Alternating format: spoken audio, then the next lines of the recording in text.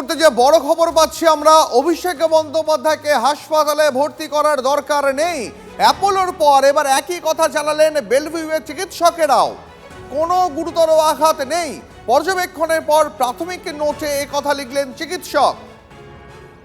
আর একবার জানাবো আপনাদের, অভিষেক বন্দ্যোপাধ্যায়কে হাসপাতালে ভর্তি করার প্রয়োজন নেই, অ্যাপোলোর পর জানালেন বেলভিউয়ের চিকিৎসকরাও। আপনাদের দেখিয়েছি, একটানা দেখাচ্ছি। অ্যাপোলো হাসপাতালে প্রথমে যান অভিষেক বন্দ্যোপাধ্যায়, সেখানে মমতা বন্দ্যোপাধ্যায় পৌঁছে যান। তারপরে অভিষেক বন্দ্যোপাধ্যায়কে অ্যাপোলো থেকে নিয়ে যাওয়া হয় বেলভিউতে। মমতা বন্দ্যোপাধ্যায় তিনি অভিযোগ করেন অ্যাপোলোতে চিকিৎসা সম্ভব নয়, অ্যাপোলোতে চিকিৎসা হচ্ছে না, নিয়ে যাওয়া হয় বেলভিউতে।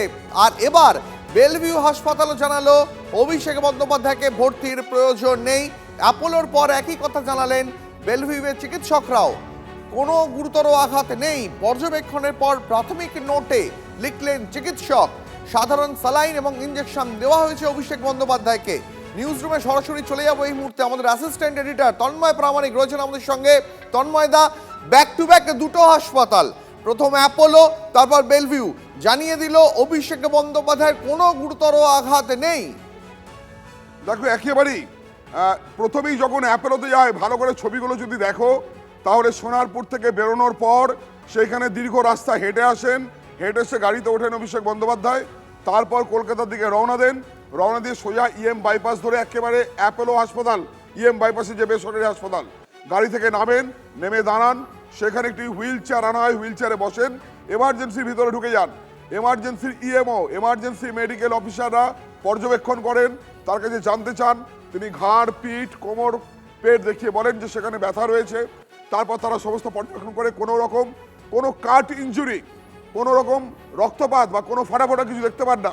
তারপর তারা তার সঙ্গে কথা বলে তার ব্লাড প্রেশার চেক করেন নর্মাল, তার যাবতীয় পরীক্ষা করে সেখান থেকে তাকে বলা হয় যে ভর্তির কোনো প্রয়োজন নেই। তিনি ভর্তির আবেদন করেছিলেন, চিকিৎসকরা বলেছিলেন বাড়ি থেকে বিশ্রাম নিন। এরপরে তিনি সেখান থেকে বেরিয়ে আসেন, মমতা বন্দ্যোপাধ্যায় গাড়ির ভেতরে ওঠেন এবং সেখানে জামা কাপড়, তার যে ডিম মাখা ছিল সেটা চেঞ্জ করে অ্যাপোলোর জামা কাপড় পরানো হয়, সেই জামা কাপড় পরে গাড়িতে ওঠেন। মমতা বন্দ্যোপাধ্যায় ক্যামেরার সামনে বলেন, বললাম ওরা ভর্তি নিচ্ছে না, আমরা অন্য জায়গায় যাচ্ছি। বেলভিউ কর্তৃপক্ষের কাছে ফোন যায় ভর্তির জন্য। তারপর সেখানে ডাক্তাররা ছুটে আসেন। এই মুহূর্তে আমাদের কাছে যে কাগজপত্র রয়েছে বেলভিউর, সেইখানে স্পষ্ট করে চিকিৎসক লিখেছেন কোনো অ্যাডমিশনের প্রয়োজন নেই। না, তাহলে আমার প্রশ্ন, তন্ময়দা, ঠিক আমার প্রশ্ন এখানেই, তাহলে অভিষেক বন্দ্যোপাধ্যায় হাসপাতালে ভর্তির জন্য এতটা মরিয়া কেন?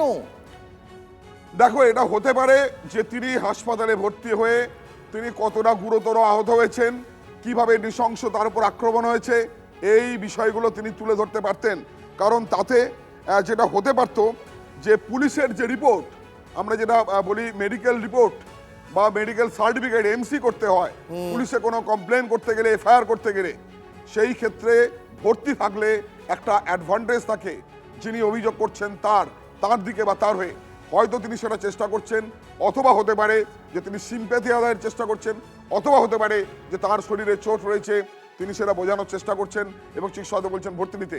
তবে দুটি হাসপাতালের এমার্জেন্সি চিকিৎসকরা পর্যবেক্ষণ করে, পরীক্ষা নিরীক্ষা করে, তার সঙ্গে কথা বলে তারা লিখিতভাবে লিখে দিচ্ছেন যে অ্যাডমিশনের প্রয়োজন নেই, রেস্টের প্রয়োজন রয়েছে, বিশ্রামের প্রয়োজন রয়েছে।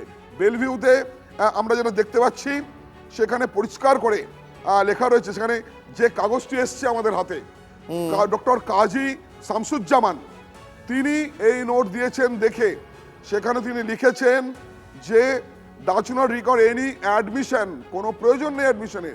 এবং সেখানে পেন কিলার ইঞ্জেকশন, প্যান40 দেওয়া হয়েছে ইঞ্জেকশন, পাশাপাশি নর্মাল স্যালাইন সেটাও তাকে দেওয়া হয়েছে। অর্থাৎ পর্যবেক্ষণে রেখে চিকিৎসকরা বাড়ি চলে যাওয়ার প্যান40 সম্ভবত গ্যাসের ওষুধ এবং সাধারণ দেওয়া স্যালাইন হয়। দেওয়া হয়েছে, বুঝতে পারছি। আমাদের নজর থাকবে এই খবরে। আপাতত ধন্যবাদ।